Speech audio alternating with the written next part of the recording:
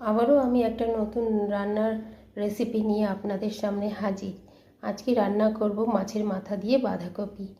এই বাঁধাকপি রান্নাটা এক একজন এক একভাবে করে। চলুন আমি কিভাবে রান্না করি আপনাদের দেখাই।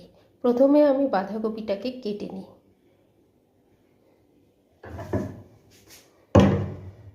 বটি নিয়ে নিয়েছি, এবার আমি বাঁধাকপি কাটবো। বাঁধাকপি কাটা হয়ে গেছে, এবার কাটবো আলু।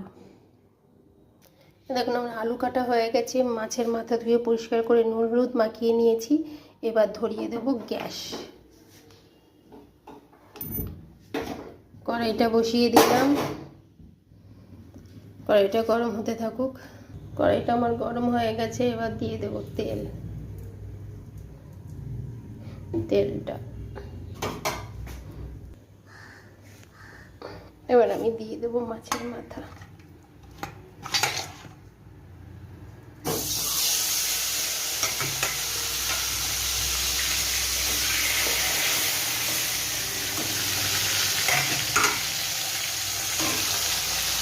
মাছের মাথাগুলো ভাজা হবে।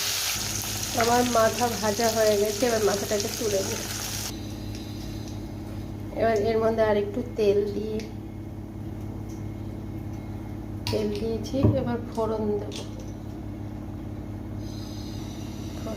ফোড়নে দেব পাঁচ ফোড়ন, তেজপাতা, শুকনো লঙ্কা,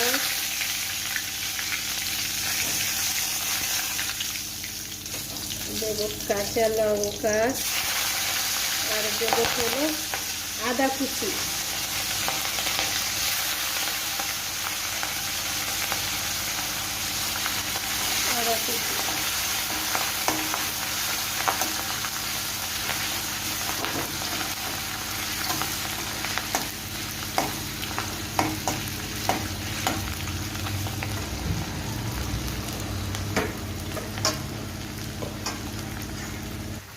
এবার দিয়ে দেবো কেটে রাখা আলুগুলো।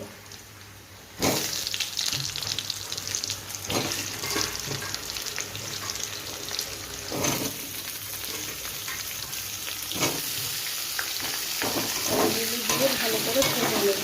আর আলুগুলো ভাজা হয়ে গেছে, এবার দিয়ে দেব বাঁধাকপি।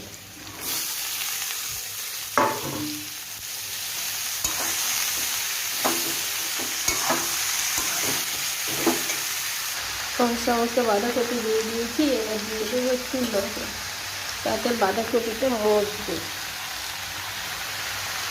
আর দেবো